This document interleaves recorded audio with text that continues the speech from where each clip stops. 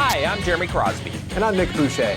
We're your hosts for the program that's all about your city, Talking Fitchburg. Every weekday, we pull together the news, events, and information you need to stay on top of what's happening in the city of Fitchburg. Find Talking Fitchburg on cable TV, Roku, Amazon Fire, Apple TV, and our live stream on the web. Plus, you can find all our headlines and stories on Facebook, YouTube, and our video on demand service.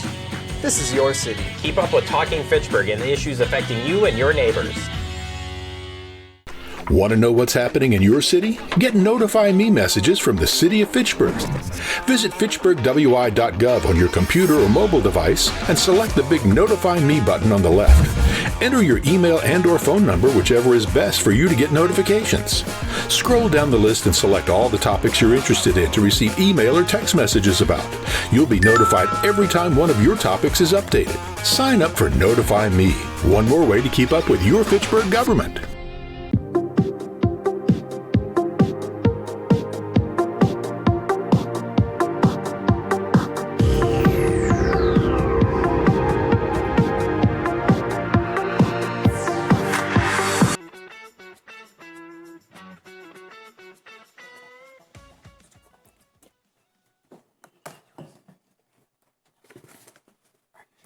I call to order the meeting of the Finance Committee for a special meeting on the Capital Improvement Plan on June 23rd, 2025 at 6:03 p.m. First item of business is the public appearances for non-agenda items. We have nobody in chambers or online, so we can move on to item 3, presentation. First item of the presentation is going to be an overview with our Mayor, Julia Radafrada. Mayor? So this one is mine. Thank you very much.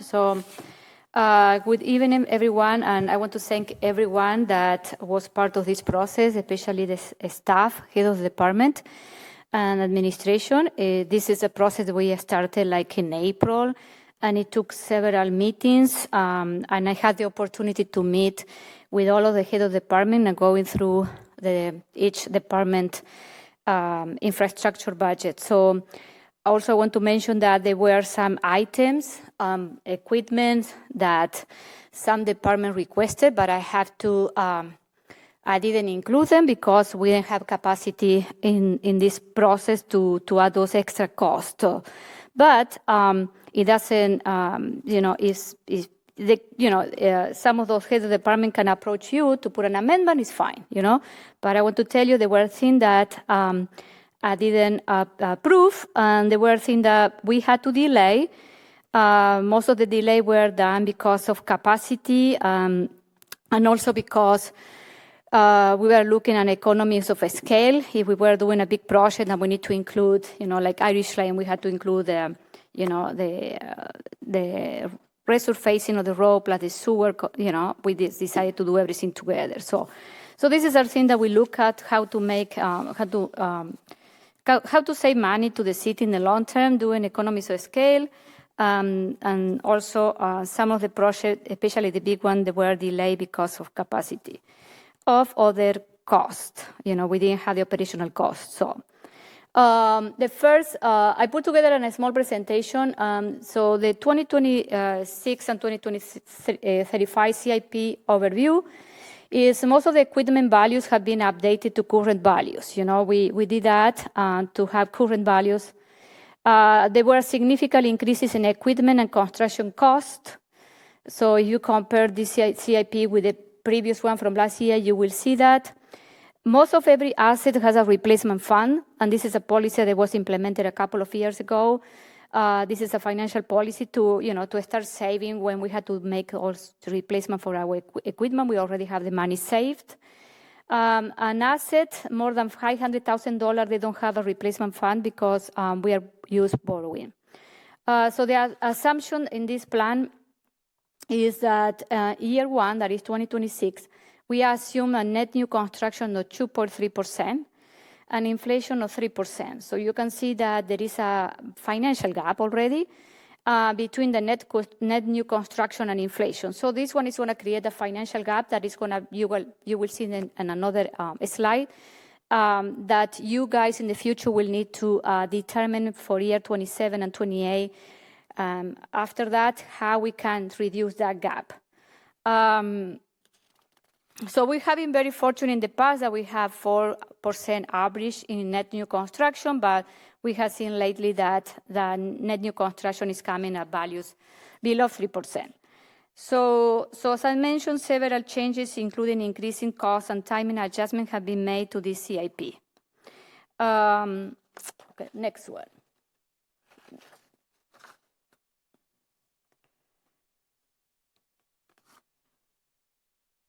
So for the people that they don't know what the CIP, or for the new alders, for people that are watching, this is, I see the CIP like our infrastructure budget, that we plan for the next 10 years. And this is something that we take a look at. What are the big project equipment that the city need to buy in the next 10 years, and how we are going to allocate those in the next 10 years to have an idea which one are, in case that we need to issue bonds to pay for those, or they hit the budget, we pay with a levy.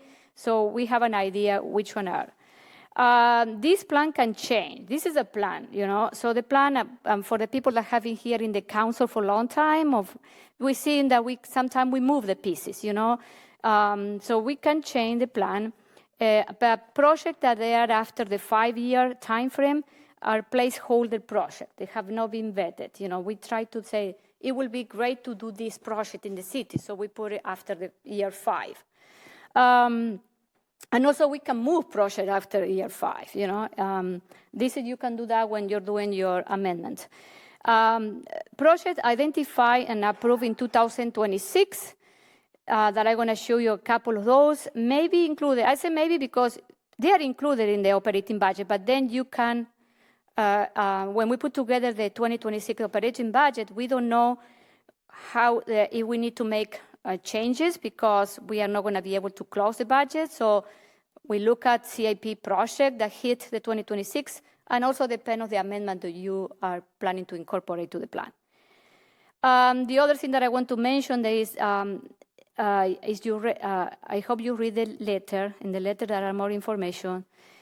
There is a lot of uncertainty coming from the federal government. That uncertainty is going to impact local government. If we talk about tariff, we talk about interest rate, inflation, things that we don't have any control, but can affect our local government. And now we don't know with the war how it's going to impact fuel and other shipping costs and all of that. So I think this is what I want to make, that we had to be very cautious about this 2026 and 27, because maybe we need to make more changes in the future if those, some of these costs can, they are very significantly high, and how they're going to impact our if we have any building or equipment, that one is, we had to be looking at all of that. Next one. So I usually say, what is the mayor's priority? If you look at last year, I have a couple of priorities. Practically this year, my priority is because of all the uncertainty, all the increasing in cost and all of that, I had to focus on maintaining and replacing existing equipment and improvements, okay? And there are a couple of new projects that I'm gonna show you, but they are more, we need those projects because of the growth that the city is having and how impact our infrastructure. But, I am not adding any, some people say, my pet project. They are not here. So we are trying to maintain what we have from last year, update it, and try to, this has been my priority. My goal is to have a sustainable growth and sustainable financing. We are looking at the long term, where we don't know if our net new construction will be on average at 4%, like it used to be. So that net new construction is coming like below 3%, and our inflation is coming more than 3%. We need to look at that and determine is that growth that we are experiencing, how we are going to handle that, and what are the priorities moving forward. So you guys, the council, will have to make very challenging decision in the next couple of years because we don't know how this levy capacity will impact us. Okay, or the lack. So some of the strategies that we use, I'm not saying that Misty use, and she will be able to explain you in more detail.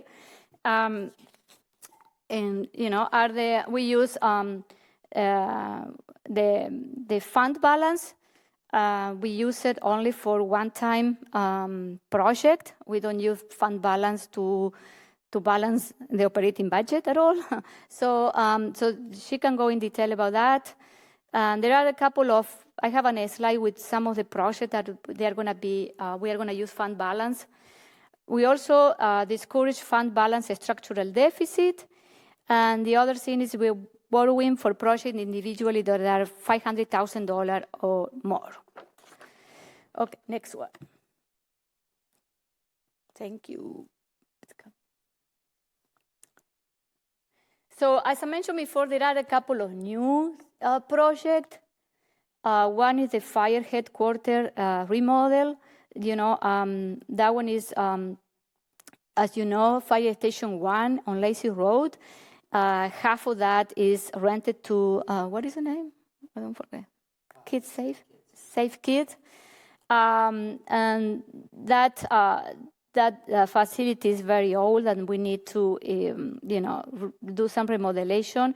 And because the idea is they want to rent it out for a while, to create a lease for 10 years, but we need to make some changes there. So that one is there. The other thing is the interceptor extension hard tank. That one was in the last year, but this is the project that are, new project. The children library redesign, we have Wendy here. She's going to explain what is that. This and the Irish Lane sanitary sewer extension, we added that to 2029. And well maintenance. The team is going to explain all of this. So what we removed from the project, from the CIP, we removed the citywide AV equipment, additional frontline ambulance, building inspection and senior center vehicles, transit shuttle, because if we are going to invest more in adding the expansion of the bus routed and have paratransit, that one can supplement that. And the Fitchburg sanitary sewer lining. Next one. So this one is what we do. So this is a project that they were in last year, and we talk about, and it's coming in 26. It's a city hall renovation. We hope to start that next year. Kid Crossing Playground is going to do, we are going to work on that project in 26. The design in 25. The fire station number 1, I mentioned the headquarters renovation, Ficherona Road and Bryan Road, that is north of Fish Hatchery, where Simbrick is. That one is included in TID number 10. In utility, I am mentioned a couple of that. There are other projects, but the one that I, for me is more like the big project. Sewer, we had the Ficherona Road on Lacey and Nesbitt, lift station equipment, IN interceptor extension, Hartan. Stormwater, we had the Ficherona project, the Lacey and Seminole Regional Stormwater. In water, we had the Belmar Water Main, Tower E, bulk fill station, Tower Hill Water Main, and well maintenance, amongst others. Next one. So I am showing all of these projects so you can see that most of these projects are because we are growing as a municipality and we need to invest. And most of these projects are underground. People sometimes they don't see that we are investing in millions of dollars in underground infrastructure. So this one is, you will see, I also grabbed 26, 27, 28 because if I put the whole 10 year, the numbers are going to be too small. So this was is an idea in the department's summary on how each of the project, that for each department. So you can see public work has a lot, So for 2023, it's around $23 million that we are going to invest in infrastructure. And then the following is that Misty put together a nice chart for the entire CIP process time frame. And you can see here, like public works, street, public works storm, public works sewer and parks and building and grounds, and how those the investment that we are doing in where it's going to happen in the next 10 years. Okay, next one. I also mentioned that some project we are going to use fund balance to cover them. These are the project that the CTH McCoy Road, IT equipment, police equipment, SCBA. That one is something for fire, isn't it? Yeah. The website, So we're going to use fund balance to cover this. This is a one-time project, okay? The next one.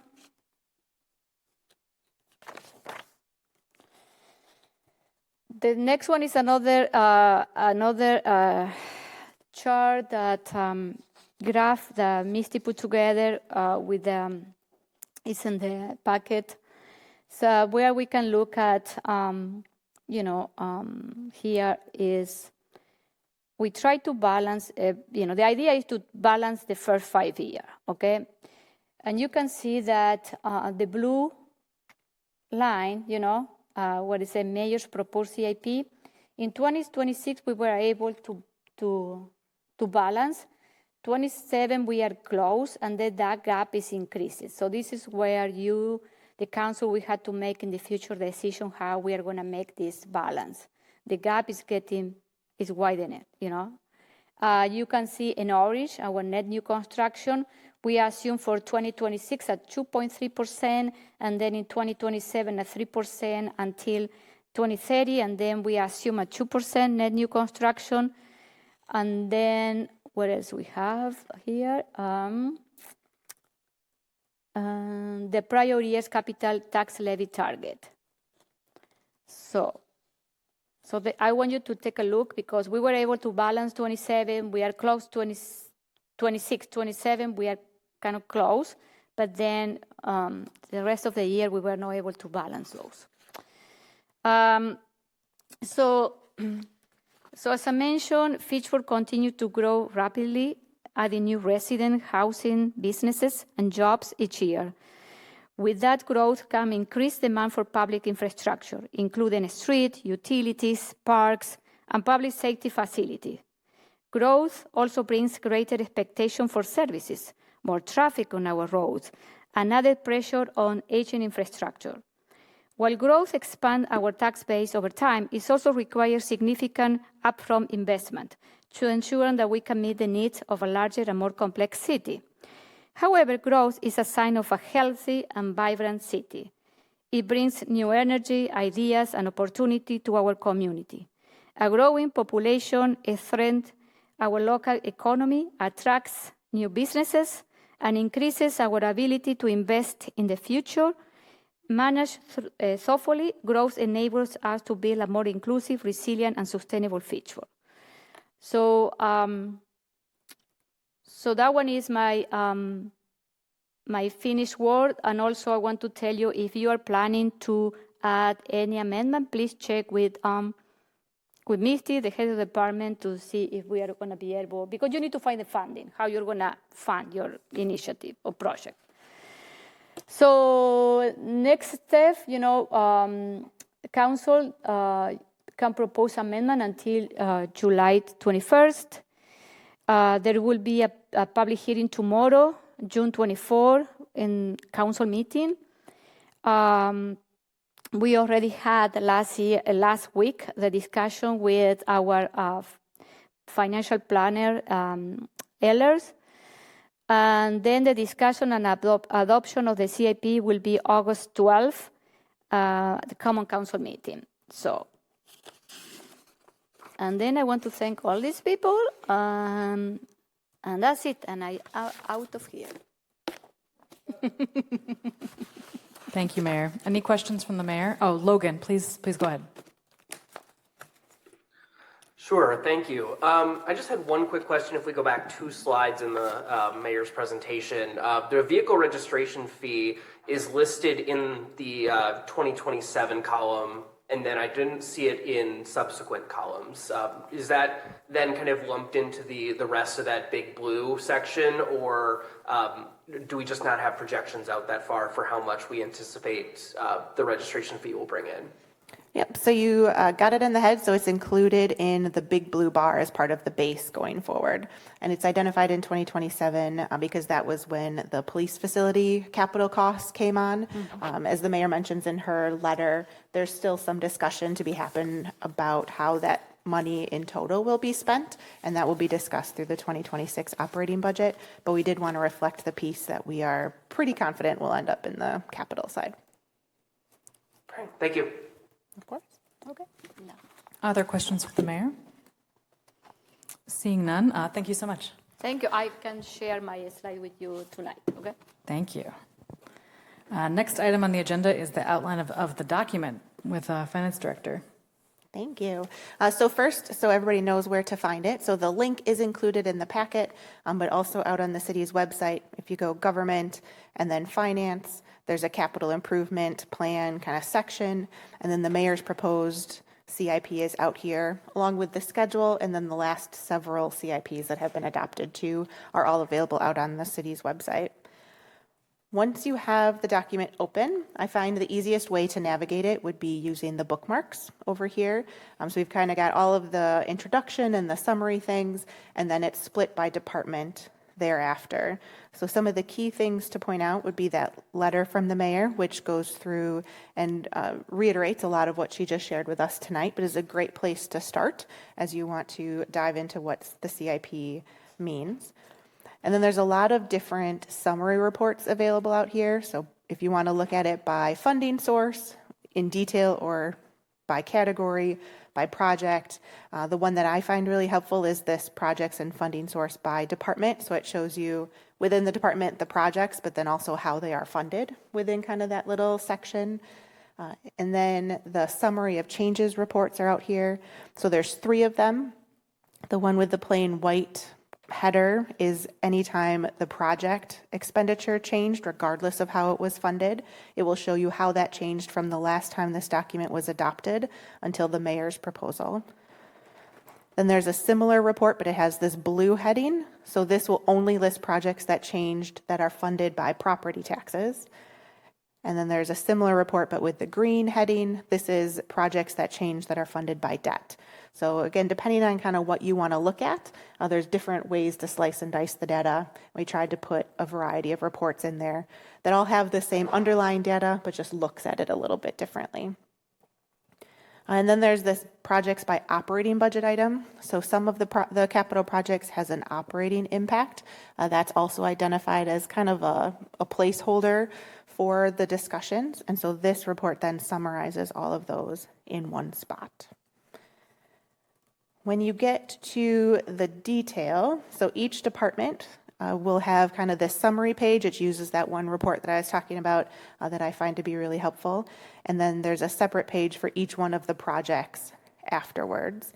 You'll notice this looks a little bit different from other years. We are on the new cloud version of the software we were forced to go onto, which has been good and bad, as most new softwares are. But wanted to point out a couple of things. So the prior year fund balance is listed now in the heading. So if it's a project that carries over from year to year, you can see what the fund balance was in that project as of 12/31/24. I also still have the manual process where I try to identify for you any projects that changed from the last adopted plan. So this is one example. So you can see in the heading, the project name I added revised. I might have removed, I might have reallocated. So that's there as just a way to help you identify what's changed, but that is a very manual process. So don't necessarily rely on that. But if it is there, you will always be able to see in the description under the 26 to 2035 CIP update, anything that changed from the last version. So this would be another great spot to look if you want to see what's been different since the last time. And then this particular project is one of those replacement funds. So also anything that's yellow, you will see was a change from the last adopted CIP. So what we really try to do is say, once the CIP is adopted, it's still a really live document, but we want to point out what those changes are just to help narrow that focus for you as you're going through it. So that's kind of the logistics part of it. Just for the theme of tonight's meeting, this is information gathering. So the hope is that you ask all of your questions, or at least many questions, so that you know what's included in the project, you have a comfort level on what the request is, and then get all those questions out now. And then as the mayor talked about, there's the process of possibly revising it after this. But tonight is very much so about information gathering. I've asked each of the department heads to focus on just the projects that do have changes from the last time. So we won't go through every project. We'll pause and we'll say either, if there's no changes, we'll pause, see if there's questions. Chair can jump in and feel free to ask whatever questions people have. But again, won't go through all of them in thorough detail, mostly just focusing on the changes. But we will talk about we'll stop at each project. We'll stop at each one. Yep. And if there's no changes, a lot of times we'll just say no changes. Sounds good. That's it. Yep. Thank you so much. Any questions from the council members before we get started? All right. First on the agenda is the Senior Center. Our director, Jill McGone, is here to present. And the Senior Center starts on page 309.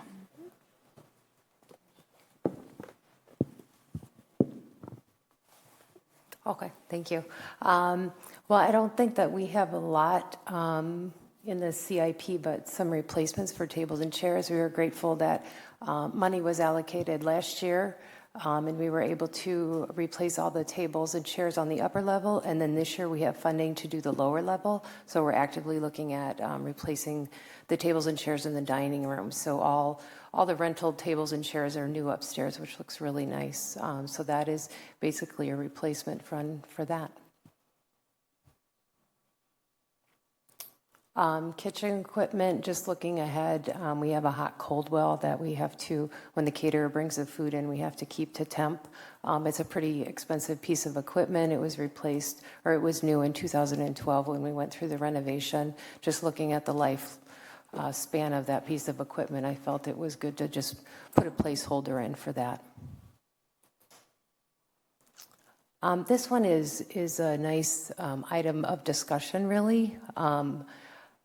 We're looking at almost 15 years since we did the addition and the renovation to the senior/community center, with most of that happening on the lower level. As we are getting more cramped for space in the kitchen, we've looked at pushing out a wall.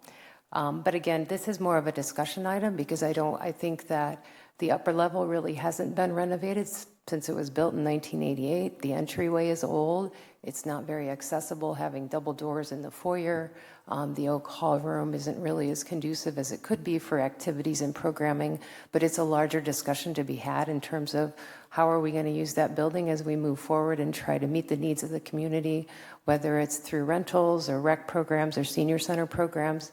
I don't want to lose sight of that building as we are looking at renovating City Hall, and we have a teen center and a hub and a police department. I just want the community center to have a placeholder somewhere to be a part of the larger discussion moving forward.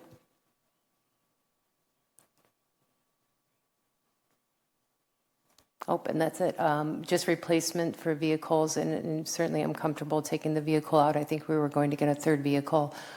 We were able to take over one of the police vehicles this year, so we now have two, and that seems to be sufficient, so it's a good choice.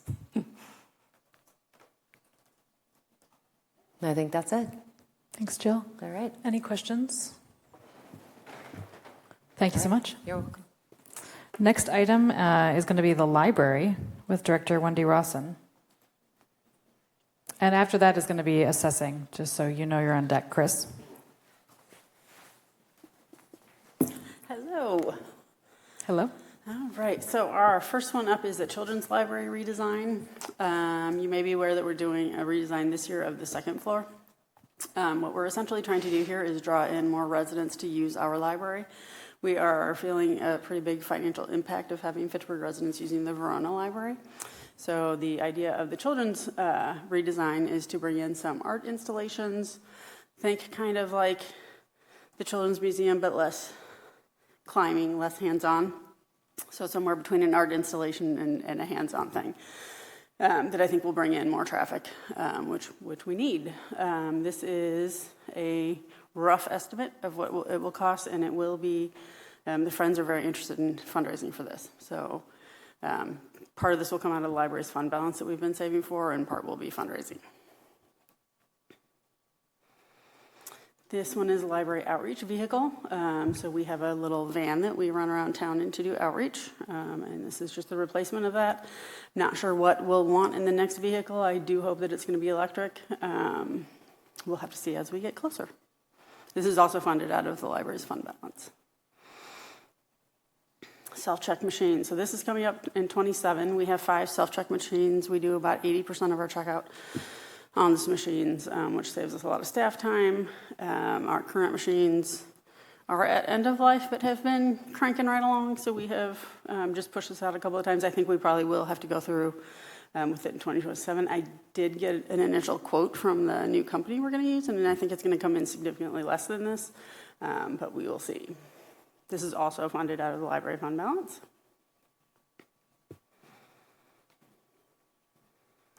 Is that it for me? Excellent. Questions from the council? Seeing none, thank you so much. Oh, Bill, I'm sorry. Tried Bill. going way too fast.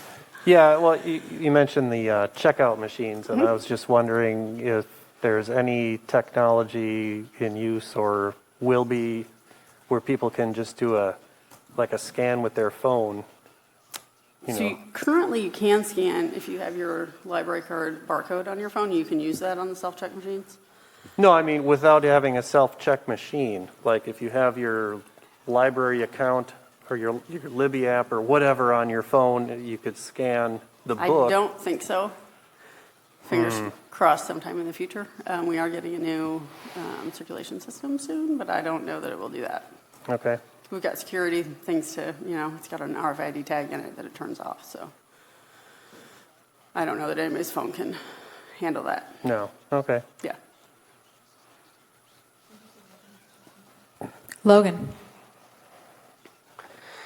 All right. I have a couple questions for you, Wendy. Yeah. First of all, thanks for being here.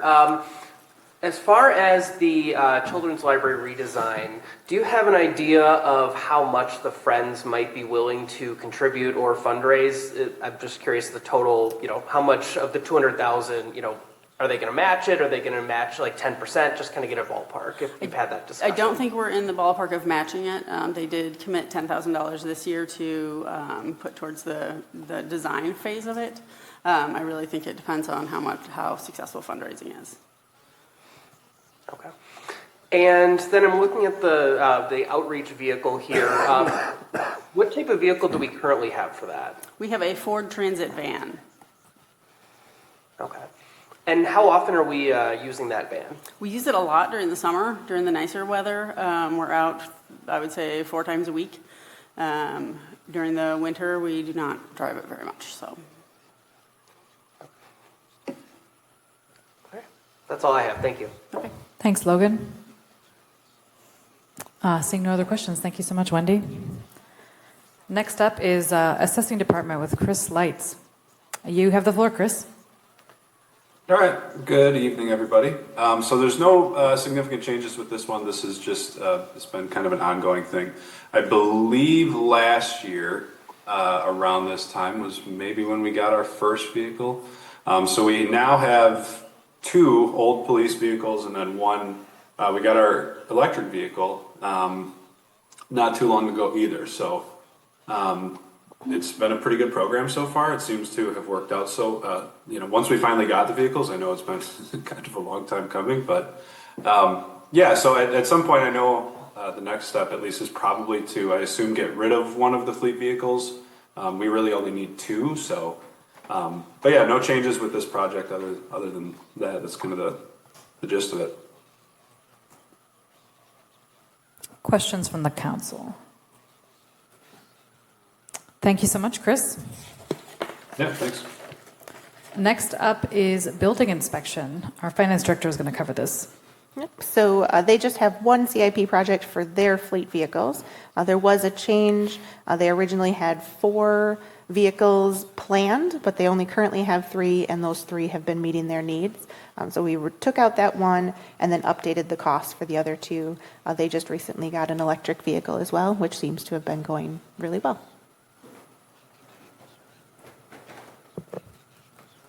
Seeing no questions about that, we can move on to the clerk with Misty again. Yeah. Clerk also only has one project, and there's no changes from last year. It's for the electronic poll books, or the Badger books, which are technology to help with the smooth election. Seeing no hands, we can move on to FACTv. And we're going to have Scott Yarbrough? Okay. Present for us. Hi, everybody. Hey, Scott. We don't have a whole lot of changes. Our major one is Project 1715 citywide AV equipment. We're deleting the Swan Creek room upgrades scheduled for 2027. That room does not currently have any assets in it to update, so we figured that we might as well just not bring that one along. The other 2 rooms that are in there are the Oak Hall room and the Prairie View room. Those 2 are in desperate need of upgrading to get with the state of technology that we're currently having. Facility and equipment, no changes there. Fleet vehicle replacement is going along just fine, no changes there. Video delivery system, we've been putting things away on that for some time now, so no changes there. Video switchers is something that we've been trying to upgrade a lot for the last, 5 years now, and there are no changes there. It's on schedule. Misty, I just have one question about the prior year fund balance. So that's basically, that's either a replacement fund balance or some sort of carrying it forward from a year when we couldn't do a project in a year we anticipated? Yep, for the most part. So replacement funds for sure. Carryovers, yes. The other example would be here in FACTv. FACTv used to be a standalone special revenue fund that we closed and absorbed into the general fund. But all of the remaining cash that FACTv had when they were their own, we put into the CIP, and then we're using that to kind of get through until that's used up, and then it'll come onto the levy as well. Great. Thank you. Any other questions? Thank you so much, Scott. Thank you. Next is technology with our director, Nicholas Joseph. You have the floor. Okay, excellent. Good evening, everyone. Hopefully you can hear me okay. We can hear you great. Excellent. Thank you. Misty, I might need you to read the project numbers for me. I am on a very slow connection and it's really blurry. So are we starting with 1025? We are. And if I can interject real quick, so you probably noticed they're not in numerical order anymore. A requirement of the new cloud system is they're in alpha order. So forgive me. So this is 1025 first. Interesting. Very good. Okay. This is for our door access system, and this is citywide for all the buildings that do have a door access system in use. And the only revision here is that we're pushing this forward so that it will start with the remodel of City Hall. And then 2014 is next. Good. Thank you. GIS, the main replacement here was a cost increase from 10,000 to 13,000, and that's just a cost adjustment that occurred just over time from the last time we purchased the equipment, which is the plotter, to current market rate. The next would be 7,000. Okay, our 7,000 is our IT equipment account. There are no changes here, and this encompasses a wide range from the computers that the staff uses to the infrastructure that support those computers. Next would be 1016. Okay. Our telephone system, there is no change here, and as it states, for the eventual replacement of the current telephone system. And then 1035. 1035 is our the video cameras or security cameras that we keep at various city locations. And this as well has been kind of moved forward to match with the replacement, or I apologize, the renovation of the City Hall project. And last is 1024. 1024, no revisions here, but as stated, it is a project for the revamping of the website, which we typically do on on this 5-year cycle, but there are no changes to this project. Questions from the council? Thank you so much. Oh, thank you, Scott. Logan. All right, I tried to stay home to beat the rain. I should have just come in here with all the questions. So, Nicholas, I wanted to just ask you about the website here really quickly, since this is kind of my day job, if you will. We've got the $100,000 in there to get this going. Is that something that we have to do next year for any specific reason? I think of, for example, like to comply with some of the changes to digital accessibility rules. Is that any of the reason that this is in 26? Or is this kind of just it's reached its end of life? It's primarily because it's reached its end of life. Even at our current vendor does assist us in providing all the kind of the ADA compliances that need to be added to the website. This is primarily giving us the opportunity to seek for improvement, work on kind of the pain points that staff have with the website, and of course to kind of leverage newer technologies as well. So it's an opportunity for us. If we choose to, we can obviously choose to stay where we are and simply revamp with the current vendor, or give us an opportunity to shop around and see if there's something else that we can do that's better and can help us better represent the city. Okay, and then my other question then is regarding some of the building access systems and the phone system and things like that. I understand wanting to keep, it makes sense to do it at the same time as the City Hall reno. At the same time, I wonder, are those systems in good standing right now? I.e., if we weren't doing the City Hall reno, could they go another 5 or 10 years as they stand? Or is it, we'd have to do it in 2 years anyway, or 3 years, so we might as well just do it all at once? Correct. So it's the latter, where they're definitely coming up on their age. I believe that I can sustain them, or we can sustain them for a few more years, but the run and maintain is starting to increase more and more.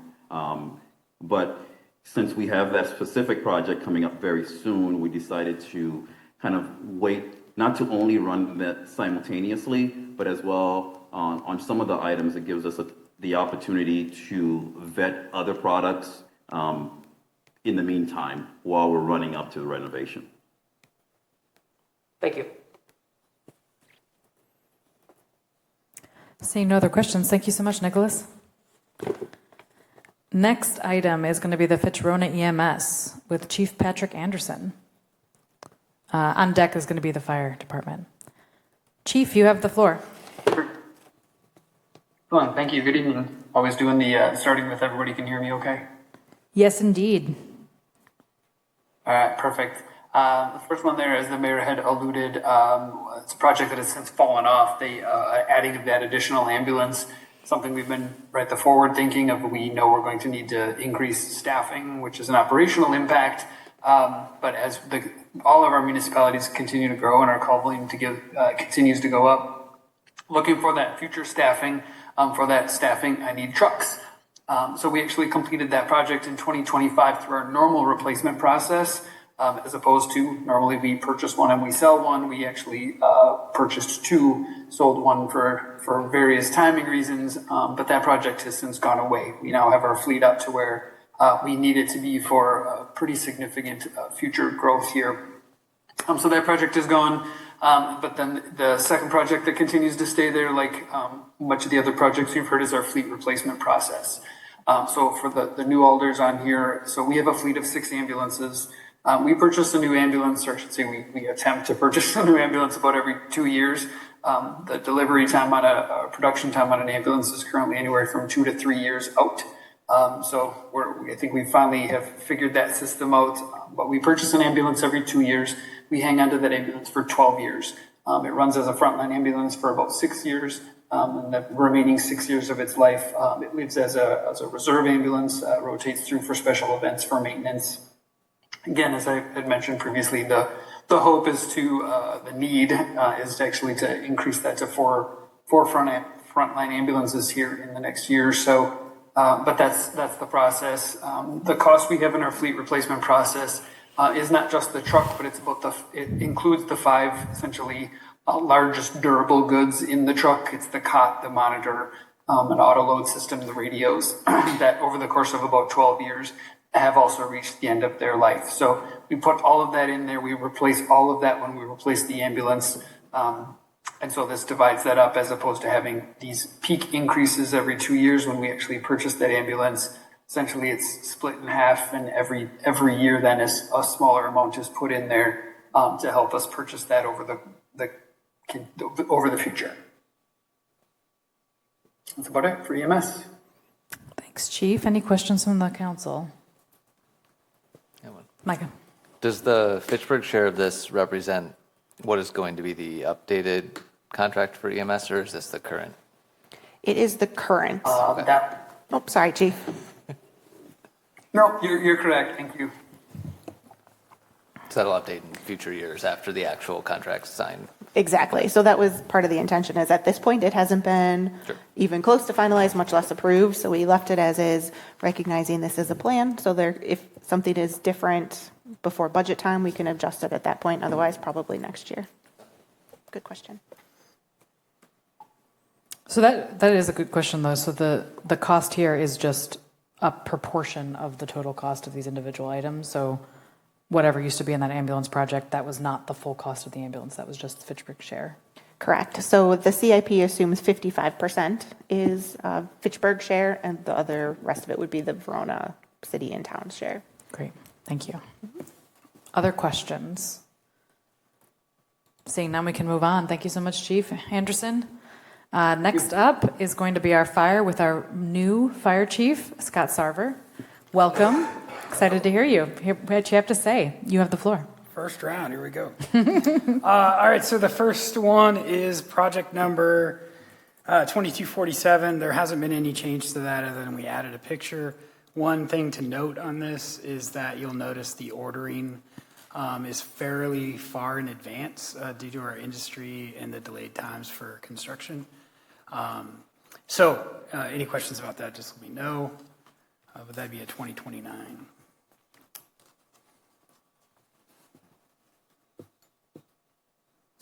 All right, next is 2229. It's an air light rehab vehicle.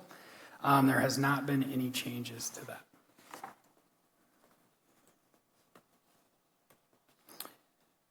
All right, moving on to 2256, extrication equipment. Again, that's replacement and no change to that.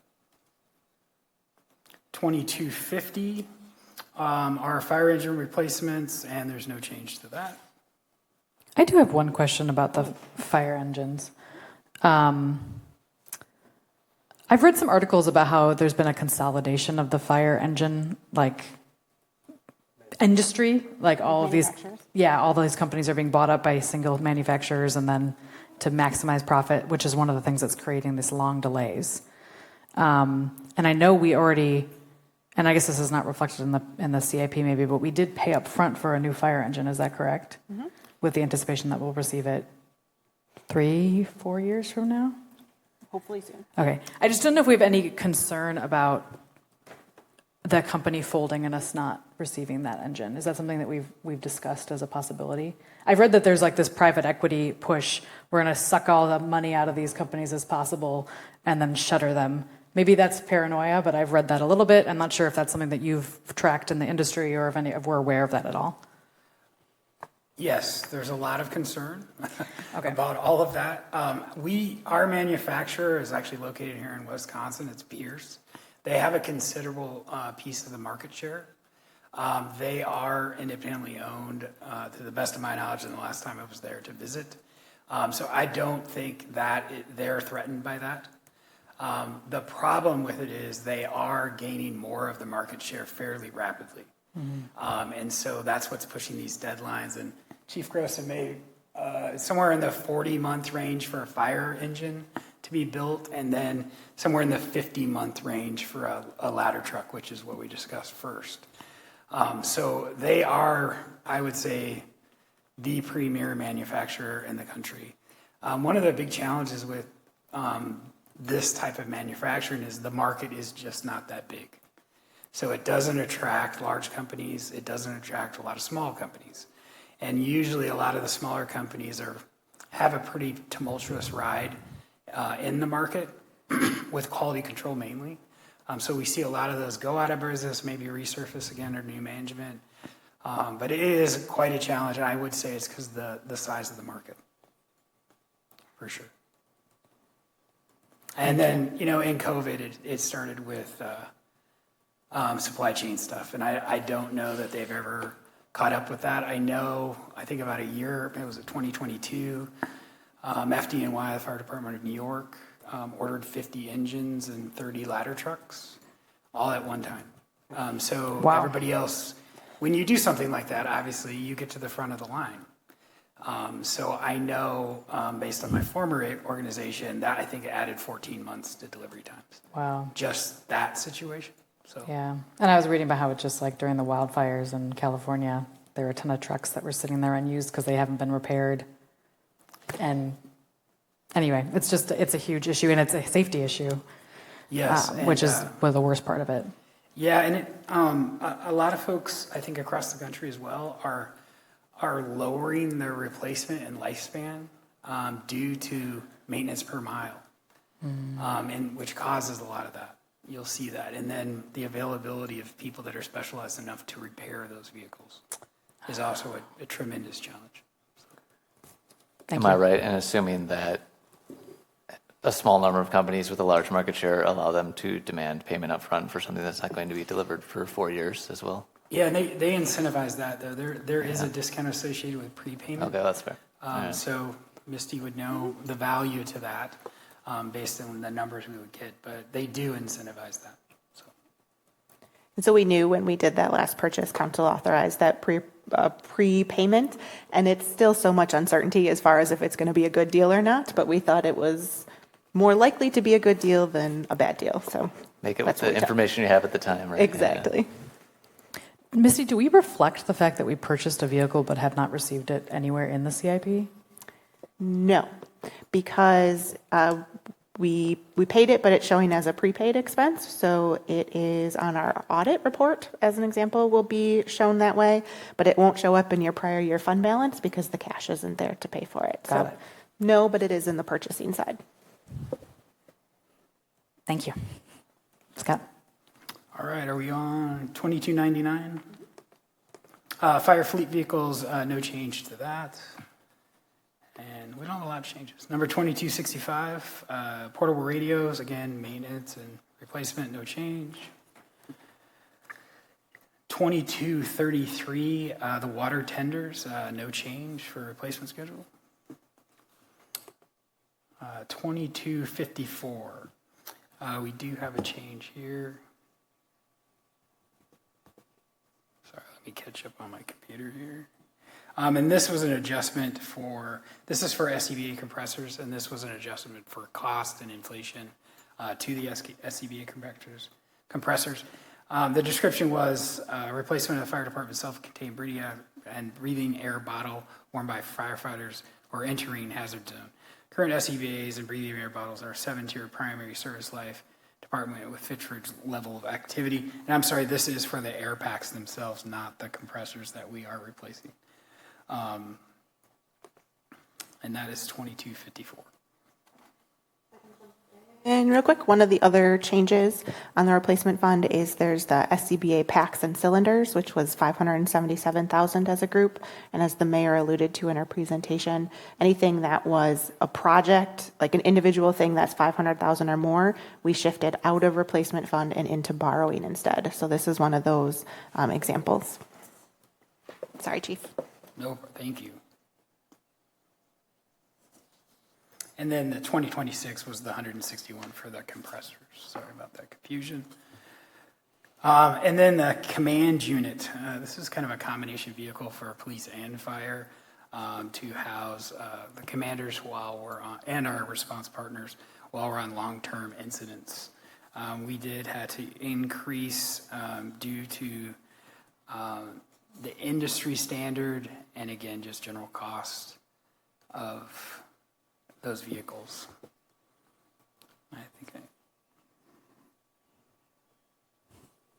Yeah, industry trends and inflation at 8%.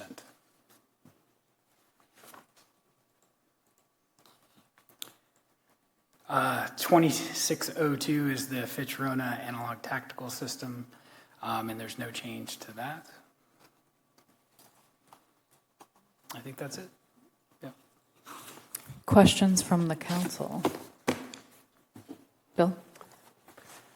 So have we had to adjust our schedule of replacement to deal with unknown lead times that keep lengthening? I could take that one if you don't mind. So yes, we did a lot of that. I'd say last CIP or the one before, where we are showing it in the CIP in the year that we want to sign the contract, and then knowing that we won't actually get it for 2, 3, 4 years later. So yep, that especially in the fire department, you'll see that in the description for the last couple.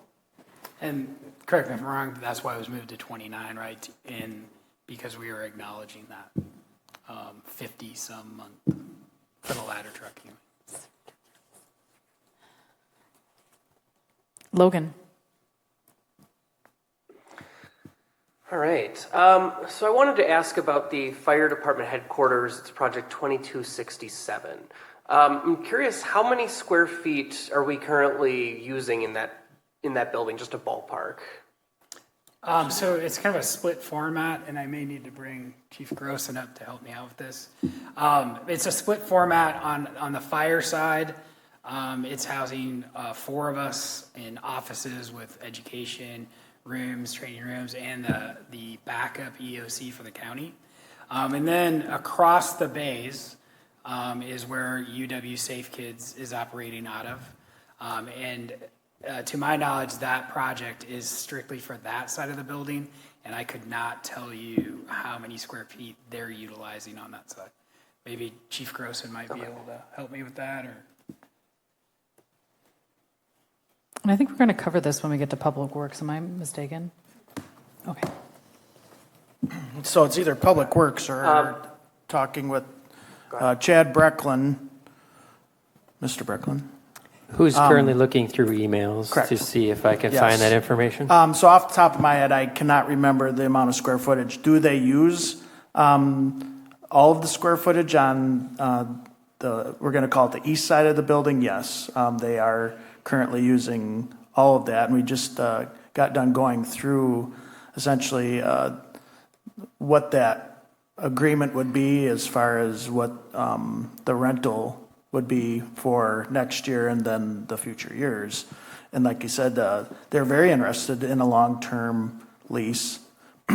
And as Mayor had in her discussion that some money's being funded for some remodel. The building on that side, so the original fire department side is essentially 53 years old. So there is a desperate need for some upgrading, especially doors and windows, in which I'm working with Mr. Brecklin on getting some numbers for that. So they are using it. They also share a part of the square footage of the apparatus bay with us. In addition to that, And we can, maybe. Oops, sorry. Go ahead. in addition to that, there's also money which Misty was nice enough to show me for some landscaping, and with the aging landscaping at that station right now, that will be very helpful to us. Okay. Sorry, my screen froze up here, so I didn't have if I keep interrupting, that's why. I apologize. But I guess what I was hoping to ask for here, and maybe we'll want to ask the chief about this, Chief Morales, before we get to Public Works as well, is if this is something that we could, as we look at the new police facility, and as we have the former or soon-to-be former police space in the lower level of City Hall, if this is something that could be consolidated into some of our other buildings to kind of bring more things under one roof. I think for example, if we move forward with the dispatch changes and then have that space, and then we have some of the flex space in the police services facility plus the lower level, if it's feasible and if it would be, logical to bring all of that kind of under one or two roofs, kind of right in the center of everything, from an emergency operations standpoint and from a standpoint of one fewer property to, for the city to maintain. I can tell you with UW Safe Kids, one of the reasons they like the fire headquarters building is a lot of what they do is car seat installations and inspections, and they really like the opportunity to be able to utilize that one bay garage for inclement weather, whether it's hot, cold, raining, whatever it is. And so I believe that's why they're interested in that long-term lease, specifically for those functions. But again, I can't speak for them. I'll offer a couple of comments. Our finance director was able to track down a rough estimate of the square footage, which is approximately 1,100 square feet at this point in time that they currently have. And to Chief Sarver's point, I think it would be unlikely that the UW Health Safe Kids would have an interest in relocating to a different facility, largely because of the way that current facility is laid out. And they've identified some improvements that can be made to that space that actually would nicely enhance the operations that they do there. And I think that an additional space for them to consider would not only be not really feasible or of interest, but would complicate things significantly.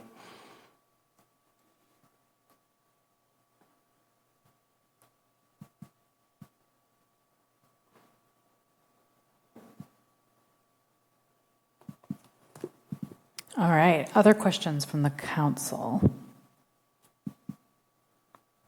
Seeing nothing else, thank you so much. Next up is police with Chief Alfonso Morales. Chief, you have the floor. Thank you, Alder. Just one technical issue, and I don't know if Scott Yarbrough can fix it. Just like Alder Rakestad indicated, the screen is just showing on our end Nick Joseph, and we cannot see anything that's happening in council chambers. I got the documents and I can go off of that, but I cannot read along with you as we cannot see the screen over at council chambers. Thanks so much, Chief. They are aware of the issue and they can get to work on that. Are you okay getting started in the meantime? Got it. Yes, I can keep on going. We're here. I want to introduce Dana Schmidt, our administrative service manager. She works a lot on our financial issues for the department. And I'll just move along. I'll start off with project 2126. I hope I got it all in order. This is our CEW weapons, which are better known as our tasers. It includes tasers, cartridges, licensing, and related equipment with a 5-year life expectancy. There's no change on that, and that is due for next replacement in 2027. The next project is 2140. That's police body cameras. This is the only change on that is update on server costs. They were updated by RIT based on storage needs. That's the only change. Next replacement is for 2029.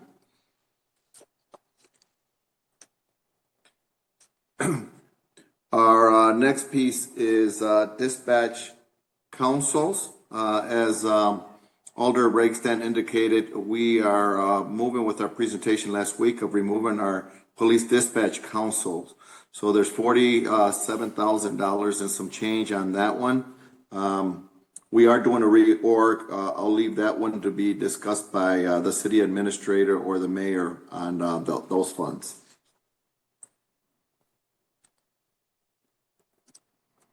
The next project is 2198, police equipment. There is no change on that. These account for 2 portable pole cameras and 40 rifles. If I can jump in real quick, there is a small change on this one. We moved the rifles from the operating budget to the capital projects budget because of the dollar amounts that were associated. So we did front load some of that money from the one pot to the other pot. So mostly an accounting adjustment.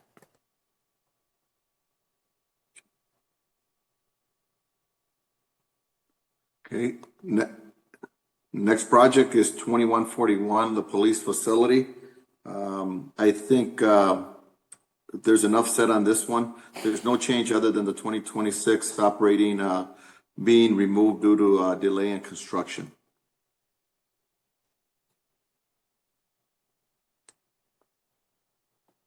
And lastly, on our 2199, our police fleet vehicles, updated costs and trade-in amounts based on recent orders and auction sales increased the cost for the unmarked fleet vehicles to include emergency lights and renumbered some of the vehicles.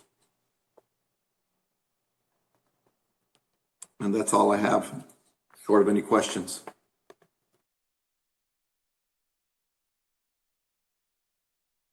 One quick question. I think this is a clarification. The fire radios and the police radios, we order those together. Is that correct? Correct. We do. That is correct. I'm sorry, Chief. We have to report them separately for the state accounting purposes, so that's why they're in separate projects. Got it. Other questions? Seeing nothing. Thank you so much, Chief. Thank you. Enjoy your night. Have a good night. Next item is administration with our administrator, Chad Brecklin. So the first item we have is general fleet vehicles. I don't see any changes on that one at all. Misty, if you want to confirm that that's the case. And next one is the hybrid and electric vehicles. Also no changes. And we move on to solar investment, and I don't believe we made any changes to this one either. Misty, if you can keep this string going, it'll be the easiest presentation that anyone has ever made. You're done? Excellent. Sweet. I assume there's no questions. Oh, Bill has a question. Yeah, so why are we splitting out general fleet from hybrid and electric vehicles? I can explain that. Ooh. This was my fault. After 2020, when COVID hit and we had way over budgeted for gasoline because gasoline prices tanked, I suggested putting the extra funds for gasoline into a special fund to help finance hybrid and electric vehicles. Because at the time, they usually cost more to buy an electric vehicle or a hybrid vehicle than a standard gas-powered vehicle. So it was meant to provide flexible funding so that we could choose to buy an electric vehicle and fill that budget gap. And I think since we've used it for some grant funding match for vehicle infrastructure with the regional, and I think we might have used it for actual purchasing of electric vehicle infrastructure. I don't believe we've used it for cars because we have? For the differential. Oh, for the differential. Okay. So that's why it's a part, it's because it's just a different funding source and it's meant for something very specific.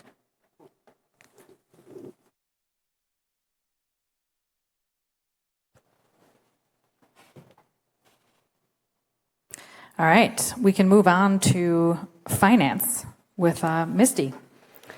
So I have 2 CIP projects. I'm not actually buying things. Both of these are, again, accounting mechanisms, both of which are using fund balance for one-time purposes, which that piece of it is more than acceptable.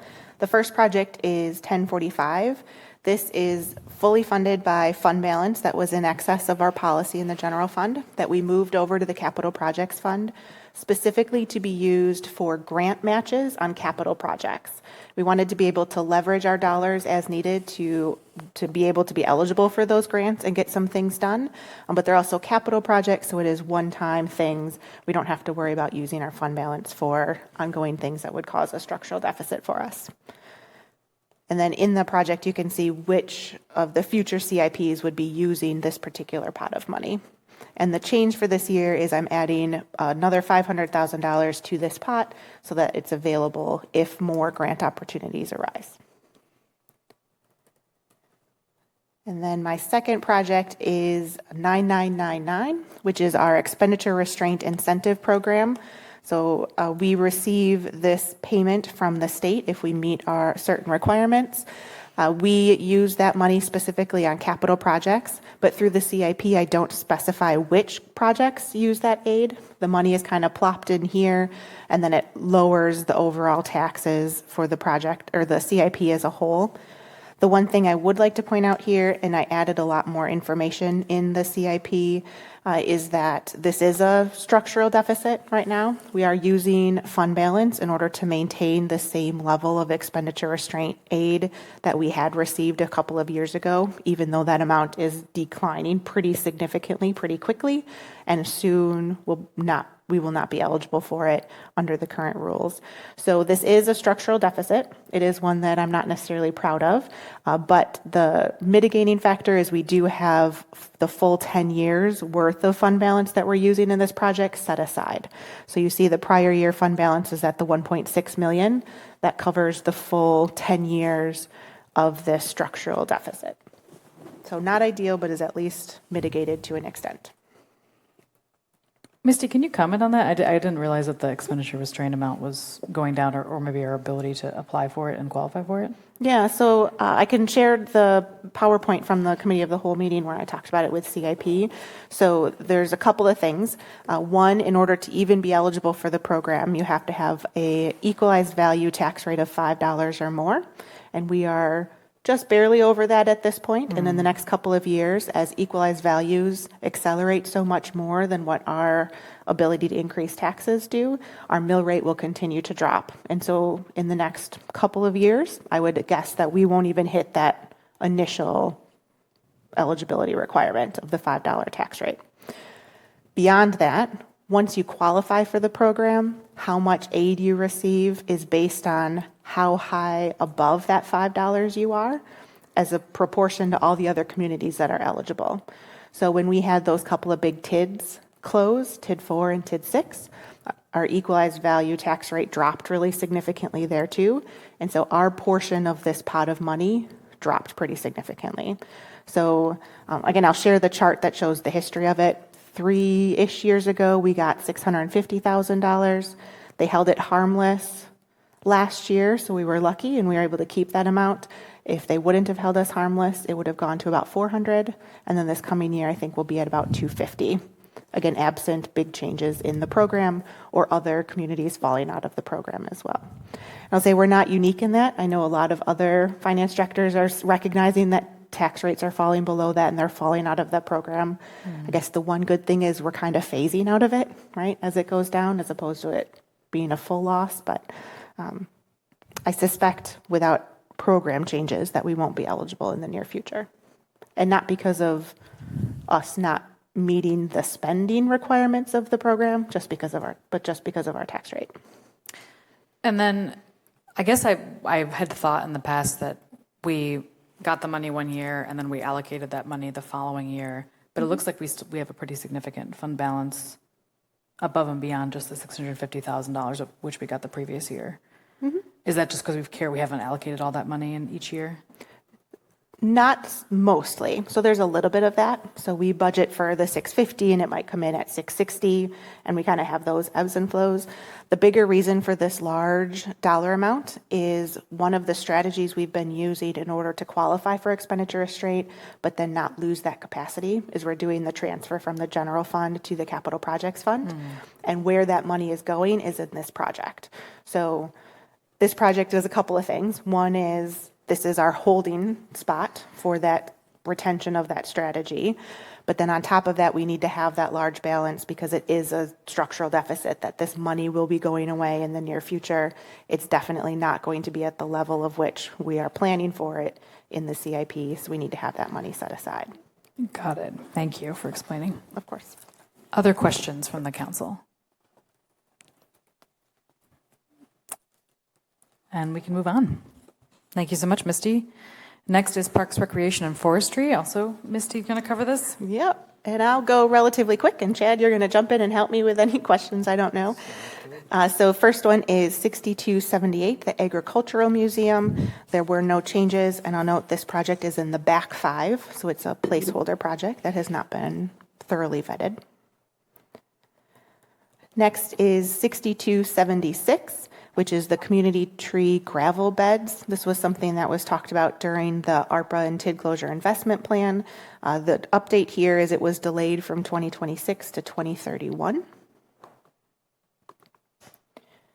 6277 is the Kids Crossing Playground, and there's no changes here. 6264 is the replacement fund for large park shelters, and there's no changes. 6244 is Moraine Edge Park. This is another one that is in the back 5 years, and there's no changes. 6273 is for the Neighborhood Hub Phase 2. So I'm sure you're aware Phase 1 is currently under construction and is somewhat close to opening, I think. There was conversation about having a Phase 2, which is what this project is. But in this CIP, we are delaying that from 2030 and 2031 to 2032 and 2033. So delayed that by 2 years. I think a big part of it is to figure out how Phase 1 is going, get that open, see what the operations look like before we talk about a Phase 2. And then 6266, this is for new park developments. This is the CIP project where we keep track of all of the new park amenities or new park developments that we use those park fees to pay for. So all of those are in here, and you can see all the different projects that are in the hopper and coming through or expected to be coming through in the future. One of the new projects is using those park fees in order to expand the parking lot at Quarry Ridge Recreational Area. And then there were also some delays and other things that were in here. Next is 6261, which is for the Nine Springs Golf Course. There is a new shed, or the existing cold storage for equipment is proposed to be added onto and then re-sided as a whole. So that project was added in 2028. A portion of it would be eligible for park fees, the piece that was adding on because it's a community park as the golf course, but the part that resides what's existing there would need to be funded by property taxes. 6275 is the Teen Center. This project was delayed from 26 to 2027 and 2028, and then split the portion for the city into design and construction.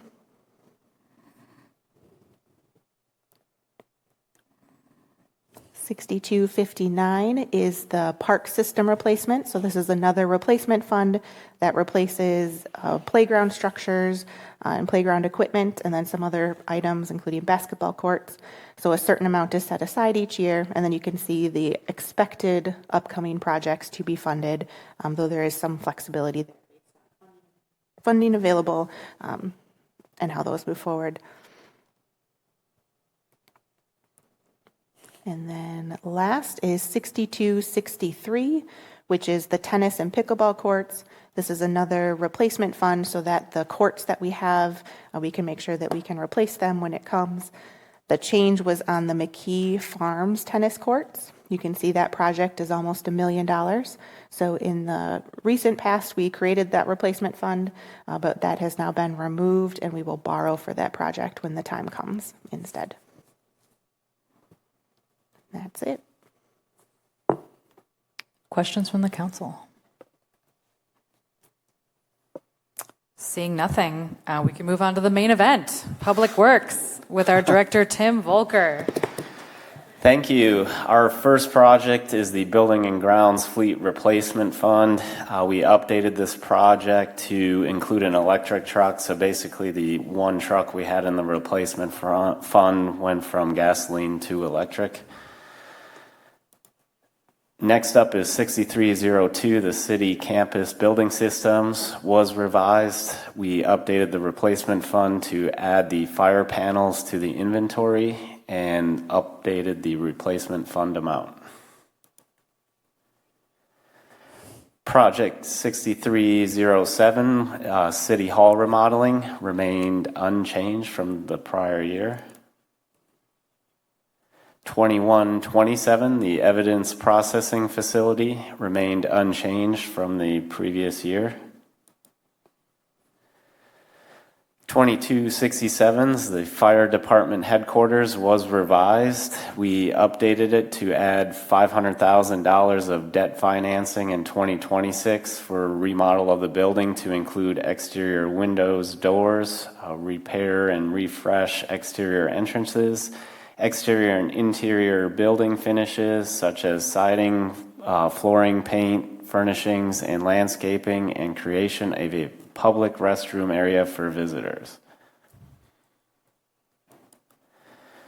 Project 2241 was the Fire Station Number 2 Building System Replacement Fund, which was revised. We updated it to add a fire alarm panel to and remove the RTU air handlers from the replacement fund. Project number 2236 was the Fire Station Number 3 Buildings Replacement System Fund, and that was revised. We also added the fire alarm panel to the replacement fund and removed the air handler from the replacement fund. 5298 was the library building systems. That was also revised. We updated various changes to the inventory as shown on the attached supporting documents. So all the items highlighted in yellow were changed from the previous year. Next up is 6304, our maintenance facility building systems, and that was also revised. We added a fire alarm panel to the inventory and updated the replacement fund amount. Project number 1021 is our maintenance facility expansion in Public Works, and that project remained unchanged from the previous year. 6272 is our neighborhood hub phase 1 building systems, and that was revised. We updated the inventory of the expected building systems was created, and the replacement fund amount was updated. And 6262 is our parking lot resurfacing. We revised this. The replacement fund amounts were updated to reflect new CIP inventory of the existing parking lots. I have a question, Tim. Yes. If we can go back to the City Hall remodeling, and this, I guess, is for any of the staff here. I'm now tracking that it's supposed to take place in 2026, but that City Hall remodeling is, I assume it's based on the police department vacating their space and moving into the new building. And I don't think that building is going to be done in 2026. So why is it timed for 2026 and not 2027? Sure, I can take that one, Tim, unless you'd really like to have that one. You can take a check. Thanks. It's a great question, and we've actually already just put out an RFP for architectural design services to help begin the planning process associated with relocating the various, reallocating the various spaces that are going to become available with the police department move out. You are correct that the police department is anticipated to be complete in the first quarter of 2027, assuming everything stays on track, which just as a brief aside on that, I believe that just went out for for bid last week, if I recall correctly. I was trying to keep all my information straight. So we're anticipating that project will actually be coming back to the Common Council for contract award in August. So police department gets completed first quarter 2027, and we would really like to hit the ground running with the City Hall remodel while that space is vacant. As we know, there's a lot of space needs here in City Hall, so we can get a lot of the planning and design work and the bidding all done in 2026 with actual construction beginning in 2027. So we do need some funding authorized to kick in before we can actually, do the physical work associated with the remodel. Thanks. So we'll, kind of like the police facility where we took out $9 million last year in financial notes, we'll do something similar. We'll take that out in 2026, spend it in 2027? Maybe. Maybe. Okay. I like it. It's just a plan. All right, thank you. Any other questions about the buildings and grounds? Because I think you walked through all of them, Tim. Yes. Bill. Yeah, so it sounds like we're getting a lot of new and or upgraded fire panels? The fire panels were never put in the replacement fund, so that's something we recently found needs to be replaced after 10 to 15 years, about the lifespan we're seeing on those. So we updated basically all the building system replacement funds to reflect that. Okay, so those panels all exist, and they were just added to the CIP, so we've properly recognized them financially. Correct. Okay. Logan. All right, I have a couple different building questions. I'll start with kind of piggybacking off Alder Gerhardt's question about some of the timing on the City Hall reno. Chad, did I hear you correctly that the RFP that went out is to kind of help start the planning of who's going to move where, essentially, in that we're still working on figuring out how things will be rearranged within City Hall? Yes, that is correct. And in fact, we haven't really done any work on figuring out how a remodeled City Hall will look or which departments may be housed where. And that's what we are seeking the professional services assistance with. Okay, perfect. Thank you. And then I don't know, maybe Tim, I'll pick your brain on this one too and flash back to, I think it was 2267, the Fire Station 1 remodel, and get your thoughts on that one as well and see if that's something that, from your standpoint, if there's any feasibility of, kind of condensing with our existing spaces to, have one fewer roof to maintain on a, stormy night like this.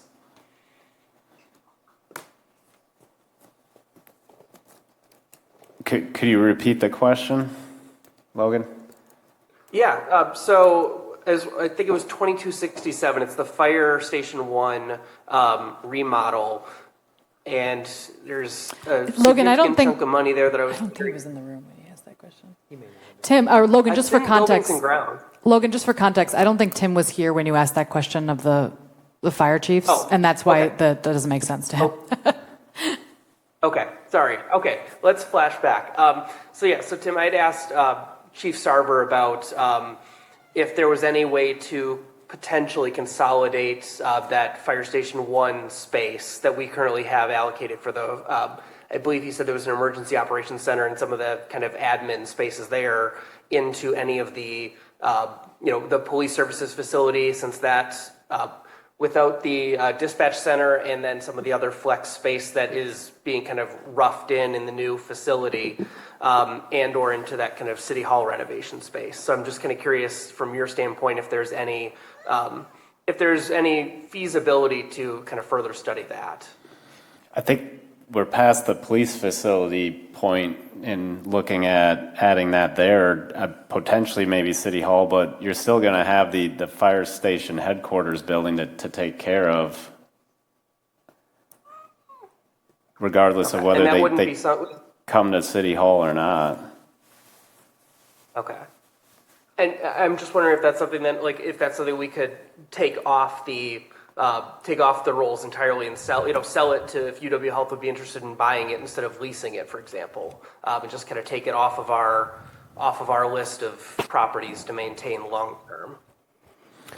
I think if you were to look at that option, you'd have to address minimally the garage space that the fire department has at Station 3. And I don't want to get too deep into the conversation without the fire department here in particular, but I suspect that in the coming years, there's going to be a conversation about where the next fire station is located as the city continues to grow.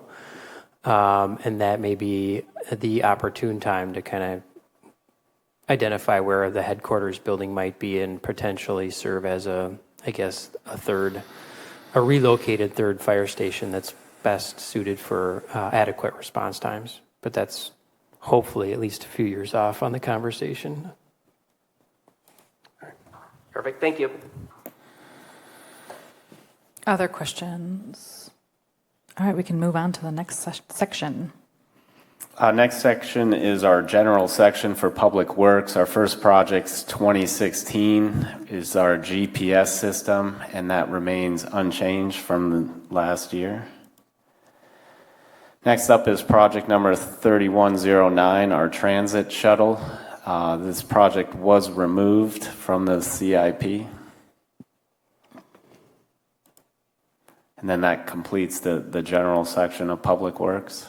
Does anyone have any questions? We can move on. Next section of Public Works is the couple parks projects. First up is 3431 McKee Road Path, and that was reallocated. So the project was reallocated to CIP number 4808, which was the McKee Road Water Main Replacement Project.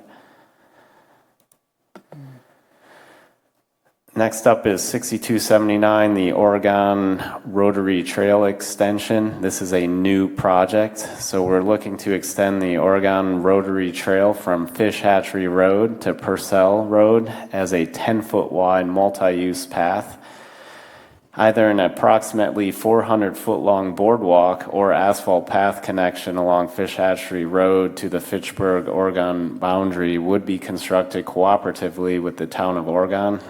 Project is dependent on obtaining a 4,800 foot long, 20 foot wide easement to place the path on a property.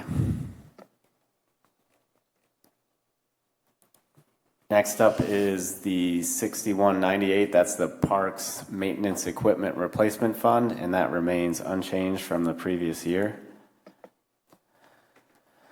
Next up is 6245. That's our path resurfacing and improvements, and this project was reallocated.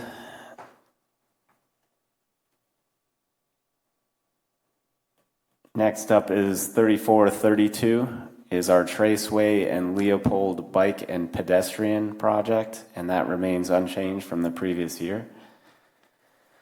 And that completes the park section of Public Works. Does anyone have any questions? Seeing nothing, we can move on. Next up is our recycling and refuge section of Public Works. Project 4652 is the recycling drop-off site, and that remains unchanged from the previous year. That completes refuge and recycling. Any questions? I think we can keep going. Next up is our sewer utility. Our first project is 4643, the Fitchburg Road Sanitary Sewer Lining project, and that was removed. The sanitary sewer replacement was added to CIP number 3492, and lining is no longer needed. Therefore, the project was removed. Tim? Yes. Was that, we were going to line the existing sewer pipe and instead we're going to replace it? Correct. Okay. Next up is project 4700, Goodland Park Drive Sanitary Sewer Extension, and this project was revised. A resurfacing project was moved from 2026-2027 to 2029-2030, so we adjusted the sanitary schedule to align with the revised resurfacing schedule. Next up is project 4730 33, the Irish Lane Sanitary Sewer Extension Project. This is a new project that was added this year. Project description is the extension of the sanitary sewer on Irish Lane from the proposed Cyene Interceptor extension west to Kane Road. I have a question about this one. The Irish Lane. In the Plan Commission meeting last week, the residents in the Greenfield neighborhood and then in that area had lots of questions about sewer connections, because generally speaking, when we extend sewer line and it's now available, we require residents at some point to tap into those sewer lines, which obviously has a financial implication for those residents. Because this is talked about in 2029, the residents living along Irish Lane were under the impression that they're going to be required to tap into that sewer line in 2029. But what we talked about at Plan Commission was that you have to wait until the interceptor is extended in order for that to. So this is basically just laying pipe. It's not actually usable sewer. And I asked this because I think I'd like to add some content to the project to just clarify for residents that are looking at this what their responsibility is in terms of, or what is the consequence for them of this project. You are correct in that the interceptor needs to be installed prior to this line becoming functional. So in 2029, if the roadway project goes in, the pipe would just be placed, but if the interceptor wasn't in place, then a connection wouldn't be able to be had. And that would have to be determined. The city would have to determine on how to come up with a program for assessing that, whether to hold off till that connection to the interceptor becomes available when development puts that portion in. And the other complicated thing, which I guess we'll get to with the Cyene interceptor, was that there is an extension of the interceptor in 2029, but it is not the extension that would allow the Irish Lane sewer to be functional. That's what I'm trying to get at. I just want the residents to be able to understand what's happening in terms of their obligation, if any, to connect to the sewer line. Just because those projects are aligning at the same time, I think it's very confusing for the residents. Do you want me to try to take that one? I think if Well, I understand the question. I'm looking at project 4638, which is the Cyene Interceptor extension, and that project was revised. We just haven't gotten there yet. And the description, we increased the cost for the future phases, which would extend it through the Haas property, which I believe is still a little short of Irish. So there still is a segment between the Haas property and Irish that would have to go in. Great. Yeah, I think I can work with you to kind of, I just want to add some content so that anyone reading this that's like lives in that area is not confused about those projects happening to align in the same year, but not actually being fully related. Correct. And another point to make about the Irish Lane sewer extension that would go in, the CIP is just a planning document. It's prudent for the city to include all improvements when the roadway goes in. Just because we're including it in this planning document doesn't mean we have to move forward with construction of it. It's just a placeholder there that we can list as, it's cheaper for the city to put it in when the road's being reconstructed versus coming back in 5, 10, 15 years later, open cutting the road, placing all the structures and the pipe at that time, and then having all those open cuts in the roadway that will deteriorate your roadway faster. So Absolutely. If development's not ready and the interceptor isn't ready, it's something we could include in the next road reconstruction 20, 30 years down the road too. So it's just a placeholder, a planning document for us to kind of evaluate as that time horizon comes upon us. Thank you. I think I just emphasize, having like a little more context in there would be really helpful, just for when like the letters go out. I think that's where some of the confusion happened, was just like 'cause those letters about the CIP project went out, and the residents kind of spent the whole Greenfield neighborhood plan process being told, well, you won't have to connect to sewer until we lay the sewer. And then they got a letter saying, we're going to lay the sewer in 2029. And so just like putting that little context in there would probably help for just like when those letters go out and people get confused. Yeah.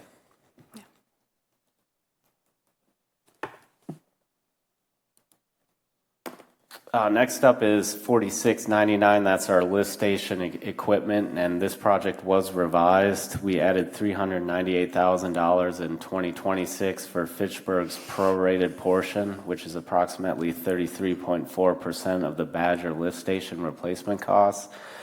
And we base this on updated cost estimate that we received from the city of Madison. The replacement fund established in the 2024-2033 CIP is accumulating funds for subsequent replacement in approximately 2046.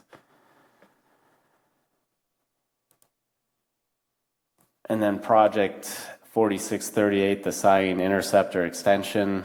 This project was revised. We added $1.4 million in 2026 for the portion of the project that will extend through the Hartung property.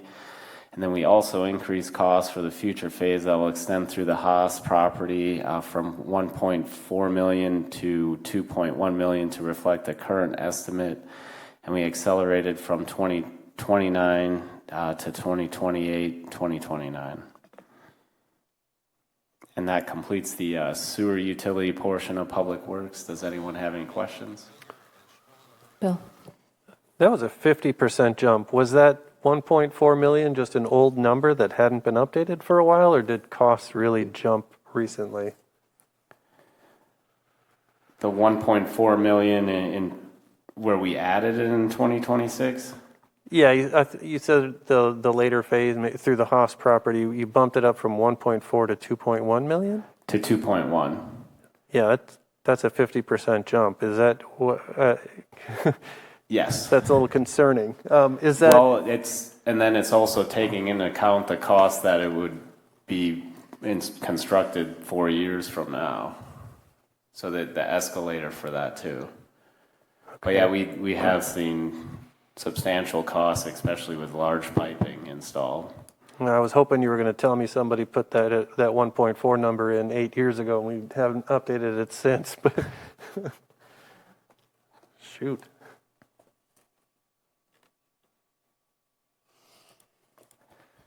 I think we can move on. Next up is the stormwater portion of Public Works. Our first project's 4714, drainage and flooding improvements, and that remains unchanged from the prior year. Next up's 4713, the Fitch-Rona Road stormwater project, and that was revised. We rebudgeted the project as none of the prior authorized funding was included in the carryover to 2025. So construction's to occur in 2 phases, majority of construction costs to be spent in 2026. Next up is project 4723, that's our Lacey Seminole Regional Stormwater project, and that remains unchanged from the previous year. Project number 4718, our Lake Barney Watershed project, that remains unchanged from the previous year. Project 4727, that's our 9 Springs Creek restoration project, and that remains unchanged from the previous year. Project 4731, our Pheasant Ridge Trail stormwater extension project, that remains unchanged from the previous year. Project 4726, our storm sewer on Floran Drive and Lyman Lane, remains unchanged from the previous year. 4798 is our stormwater equipment replacement fund, and the equipment replacement fund remains unchanged from the previous year. 4702, that's our stormwater pond dredging and retrofits project, and that remains unchanged from the previous year. Yeah. Yes. Are we on a 5-year cycle or something? You don't have any until 20? not doing any dredging until 2030, it looks like. Are we on like a 5-year cycle for that? No, we still do dredging every year. It depends on every year where, I guess it would be page 245. In 2026, you'll see 225,000 we put towards. I'm looking at the borrowing source here, I'm sorry. Yeah. Okay, go ahead, thank you. And every year it's dependent on kind of the pond sizes and the pricing on how many ponds we can do. Next up is 4711. That's our Traceway Drive storm sewer reroute project, and that remains unchanged from the previous year. And project 4734 is our Triverton Greenway bioretention basin. This is a new project, and the project description is construction of 2 small bioretention basins on the west and east side of Triverton Greenway slopes. Proposed basins will intercept runoff from the adjacent parking lots that is currently entering Nine Springs Creek untreated. Each basin would be roughly 4,000 square feet and be planted with native plant plugs. Tim, is that project affected at all by the BRT station? There is coordination needed because the BRT station is going there. We may only be able to fit 1 bioretention depending on kind of the size of it. So that's something we are coordinating as the BRT moves forward and progresses with design.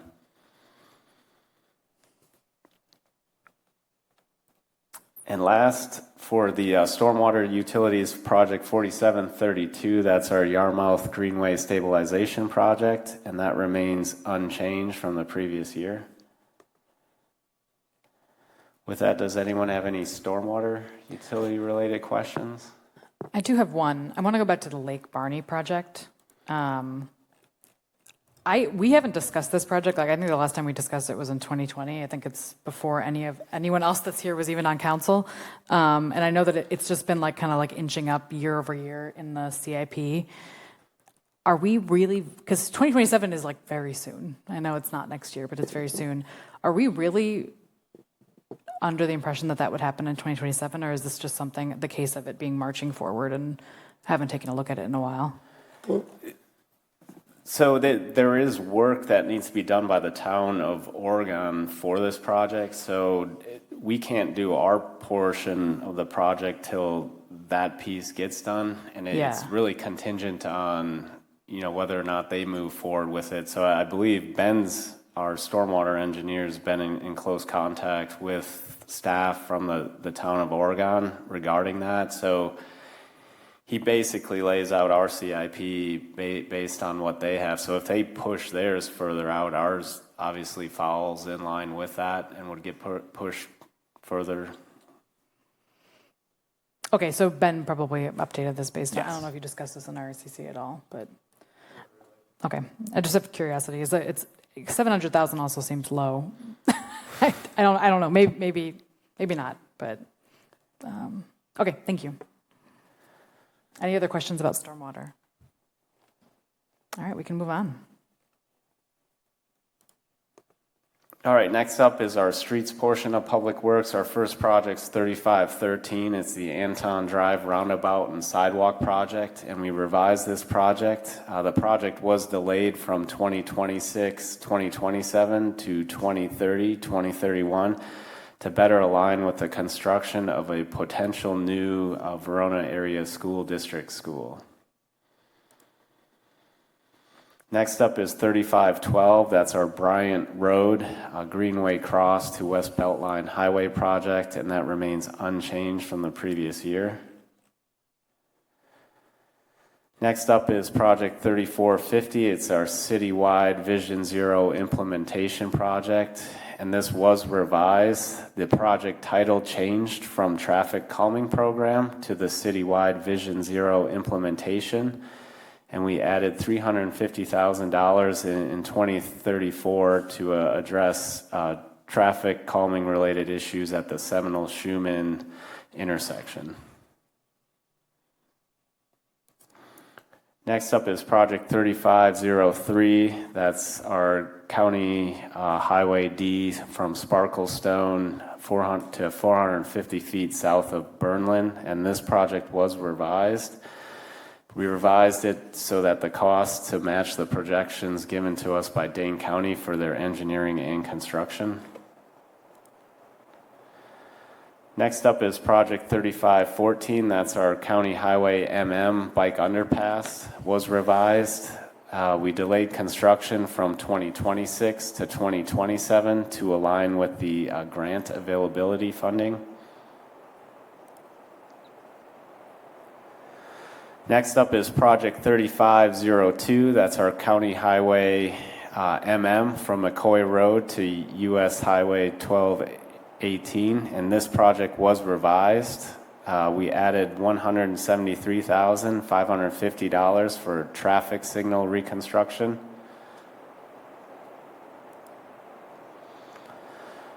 Next up is 3519. That's the extension of the bus rapid transit project, and this project was revised. BRT construction is expected to be completed in 2028 instead of 2027. No change in funding is needed. We added $100,000 in 2028 for path connections from the BRT station at Triverton Pike Drive and McKee Road to the Capital City Trail. And we included multi-use path on the north side of McKee Road between Triverton Pike Drive and Fish Hatchery Road and the east side of Triverton Pike Drive to connect with the McKee Farms Park path at Brendan Avenue. The project is funded by grants, and the city match for the separate CIP project available for capital grant matches CIP number 1045, and then we also delayed the bus rapid transit extension south to the Civic Campus from 2033 to 2035.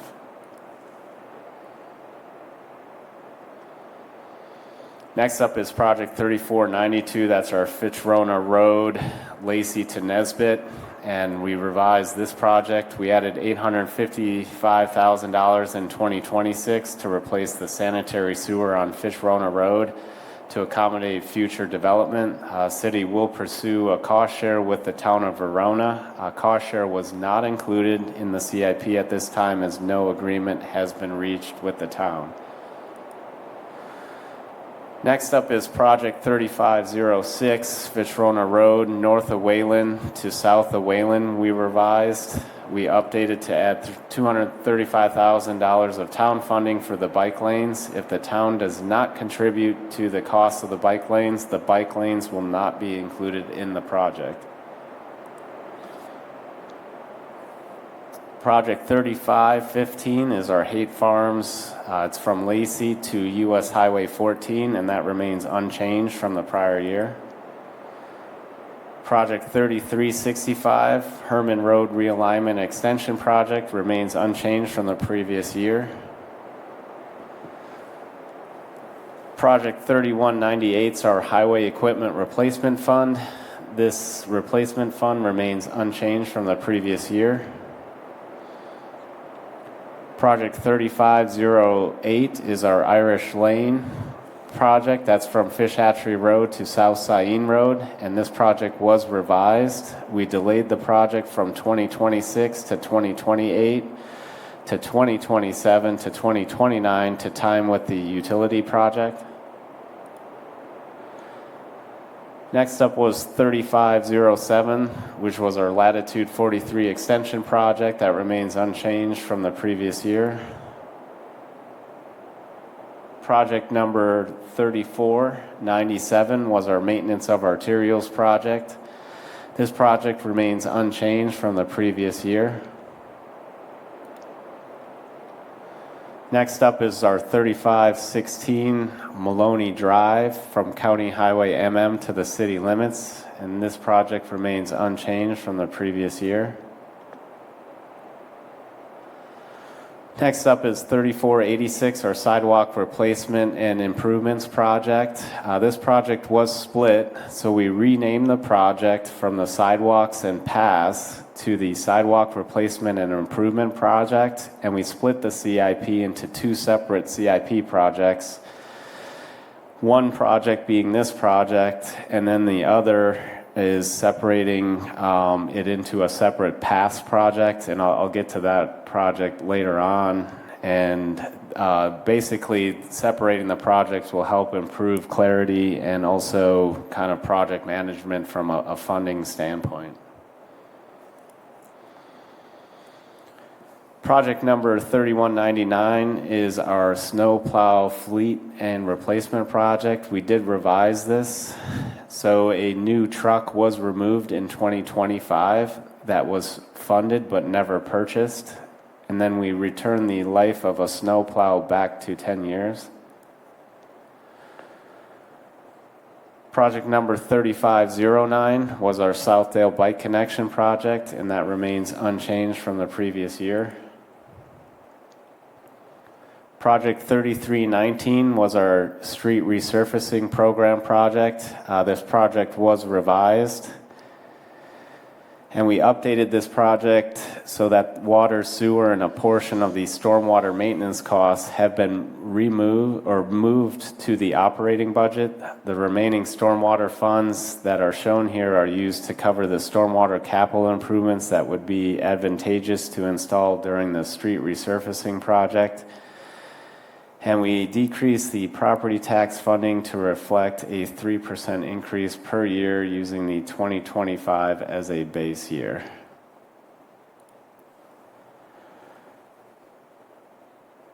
Next up is Project 3367. That's our Cyene Road project, and that's from McCoy Road north of the city limit, and this project was revised. We updated this project for paved shoulders, was changed to a multi-use path boardwalk due to the expected difficulty in obtaining wetland permits and also the construction feasibility due to the wet subgrade that we are now finding in phase 3 of the Cyene Road reconstruction project. And then the timing of this project was also delayed from 2026-2027 to 2027-2028. And that completes our streets portion of the Public Works CIP. Does anyone have any questions? I have one question about the maintenance of arterials, just with Fish Hatchery Road. Can you just tell me a little bit about what happened, that repair that happened in front of the Nine Springs golf course, and if that affects the ongoing maintenance of Fish Hatchery Road, given that chunks of the road had to be replaced? So that was actually a water main failure. We had a leak back in February of 2024, and that water main was recently replaced. So in order to bore a new water main under the road, we had to open cut the road for the entry and exit pits of the bore. Therefore, the asphalt was replaced. And yes, asphalt patches are a weak point in the roadway because you have a new joint now where water can enter. But that's something that will eventually crack seal to prevent the water from entering into the base of the road and deteriorating it faster. Other questions from the committee? Logan, you can go ahead. All right, thank you. I have a couple here, Tim. I will try to go in the order that I believe that they were in the presentation. Bryant Road, I know that one is listed for next year. I'm curious as to if that is a project that we could go the route of kind of what happened with Bud's Drive, and it looks like we kind of surrendered it almost to Sub-Zero. I looked at the property ownership in there, and it's almost exclusively Zimbrick minus I think 2 or 3 parcels. So it seems like we're spending a lot of money on a road that will benefit primarily one very large business that already kind of currently uses this road as their essentially back parking lot access. So I'm just wondering if there's been conversations prior to my time on council about kind of saying, hey, this can be a private road now and rename it Bryant Way, or something like that, to kind of take that off the taxpayer, since it's not necessarily like a necessary connection, because the West Beltline Highway frontage road kind of wraps just right around the front of the Zimbrick property there. Yeah, I'm not sure. I've only been here 2.5 years, and this project was kind of put into the CIP right around the time I came on board. I don't know if any discussions took place between the city. Obviously, the property owners would have to be willing to take the road over. Which I don't think they are willing to do at all. I think it'd be highly unlikely that the property owners would want to take that on. And this road was part of the former town of Madison, and which we recently attached in 2022. So based on the condition of the road, we recognized it was going to need to be resurfaced, and probably some other work associated with stormwater and potential pedestrian safety things will need to be done. We are utilizing the TID to pay for this particular project as a way to help at least minimize the impact on the tax levy and the taxpayer here in the city. Obviously, once that TID closes, future maintenance and resurfacing will be part of the levy. But at least it's a good option for us to get this road into, I guess, Fitchburg standards, if you will. Okay. All right. Next one I had was about the bike underpass for Highway MM. And I won't beleaguer the point here because we've talked about it at Transportation and Transit before. But is this one, is the grant something we could kind of, hold off on for a few more years? Or can we put this like contingent on development in that area? I just ran through there yesterday. And if there's no development that happens on that kind of that fill site between MM and 14, it would essentially be a tunnel from a dead-end path to a dead end. So it would seem like even if we're getting this grant funding, if there's no development there, I don't know if we could, look at taking that off or, postponing it later on. Or if we could use money from like TID 11 or maybe even TID 13 to, help kind of reallocate from a different bucket. As far as putting the project off, the state and city of Fitchburg have executed a state municipal agreement for this project. We've pushed the project to 2027, which is the last year. If we believe Ross has reached out to the MPO, they said we could take back our application on this. But if we did, we would have to reapply. But also on future applications, there is a question and this is a TAP application, that if you've never completed a project that you have applied for, so we would get dinged from an application standpoint on future projects for applying but never, fulfilling the agreement that we had executed with the state. Okay. Perfect. I appreciate those clarifications. And then the one last question I had was about Irish Lane resurfacing, which I agree it makes sense to do all that work at the as close to the same time as possible. I also wonder if as I've gone through there recently, it is in pretty bad shape. So I don't know if that's something that we're just going to have to kind of keep patching for a few more years, or if we could, switch it with Sain Road, that north section, since, the rest of Sain is getting redone as we speak. So I'm just kind of curious your thoughts on that.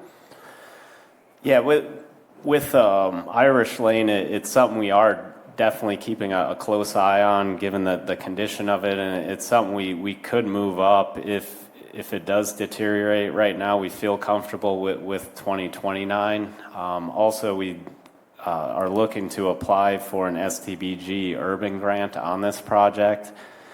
Applications are due in August of this year for funding around 2030. So depending on how that grant plays out could also potentially play into the timeline of this project. But like I mentioned, we are keeping an eye on it, and there are ways for us to kind of make it last up until this time frame. Okay. All right. Thank you.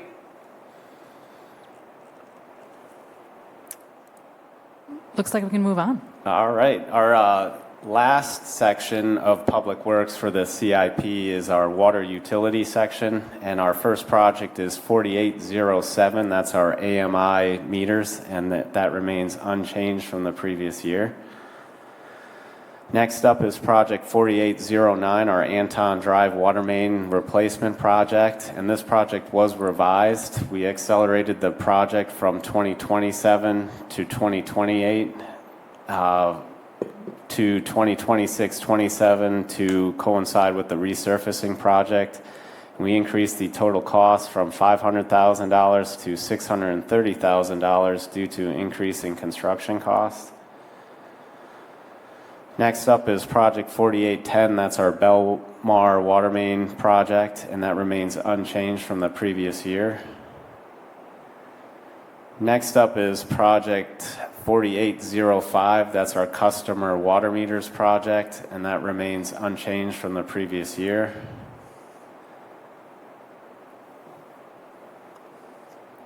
Next up is project 4811, and that's our Goodland Park Drive water main project. And that project was revised, and we updated it because the resurfacing project moved from 2026 to 2027 to 2029, 2030, and we adjusted the water main schedule to align with the revised resurfacing schedule. And then the Irish Lane water main replacement or project was revised, and we delayed from 2027, 2028 to 2028, 2029 due to the neighborhood planning in the area. And then project number 4632, that's our main oversize and service insulation and hydrants project, and that remains unchanged from the previous year. Project 4808 is our McKee Road water main project, and this project was revised. We moved construction of this project from 2026 to 2027 to allow time to acquire a grant for installation of the path. We moved the path construction from CIP number 3431 into this CIP. And the sidewalk along McKee Road will need to be removed to accommodate installation of the water main. Public Works is proposing to install a path instead of replacing the sidewalk. Estimated cost to replace the sidewalk will need to be removed for the water main installation and will be paid by the utility and is included in the funds below. Grant funding will be pursued for the path upgrade with the city match from the separate CIP project available for capital grant matches CIP number 1045. If grant funding is not received, the existing sidewalk would be replaced and the upgrade to a path would not be completed. Yes. Mike. How wide of a path are you looking at there? We look 10 for foot? a 10-foot wide path. Do we have enough room? Have you walked that down? It's pretty, it's fairly narrow there. I guess you've looked at it and you have 10 feet. Definitely look at closely, but we feel we could get it to fit. Okay. If we needed to neck it down a little bit in spots, we can do that. Okay, thank you. And Tim, this is this is on the north side of McKee Road from Seminole east to Triverton Pike, or all the way to Fish Hatch, or where? So the water main replacements between Chapel Valley Drive and Osmondson Road. Tim, this is the south side of the road, correct? Correct, south side.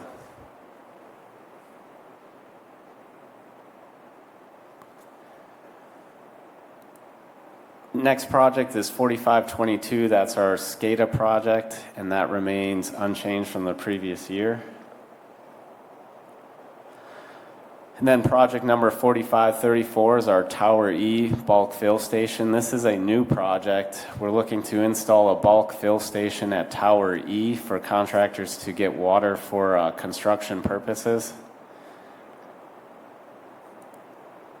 And then next up, project 4803, our Tower Hill water main replacement project, and this was revised. And the water main replacement on Barbara Drive and Lyman Lane was moved from 2028 from 2026 to coincide with the revised resurfacing schedule. In addition, Floran Drive has been added to the 2026 resurfacing schedule and has asbestos water main in need of replacement. Total project was increased from $1 million to $1,248,000. Tim, I'm sorry, could we go back to the Tower E bulk fill station quickly? Yes. Just curious if is the need for this like based on the contractor's need, or is this a burden on city staff in some other way, and this will make things more efficient, or do we have them pay a fee in order to be able to use the bulk fill? So it's a little bit of both. It is advantageous for the contractors. However, it does relieve a burden on us from having to install hydrant meters, and then also kind of the coordination of paying of those hydrant meters, the billings, our staff to install a hydrant meters, and then to also uninstall them once the contractors completed it. I got it. So nowadays they pull the water from the fire hydrants. Currently, we do have a bulk fill station at well number 11 on the east side, but we still get requests for the hydrant meters, based on proximity of the project. Thank you. As long as we're talking about that, Tim, is that water that's straight from the pump, or is that treated by the time they fill? It's treated. Okay.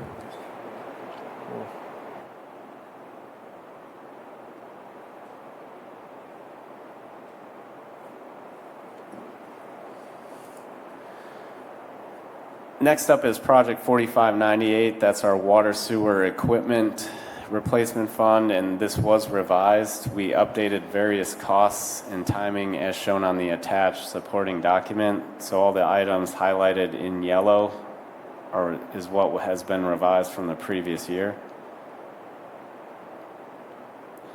Next up, project 4625. That's our water tower F, and we reinstated this project for the CIP. The utility used the funds budgeted for land at Tower F to offset the deficit in construction costs at Tower D, adding land costs back into the CIP and increasing total costs by $50,000 due to current land values.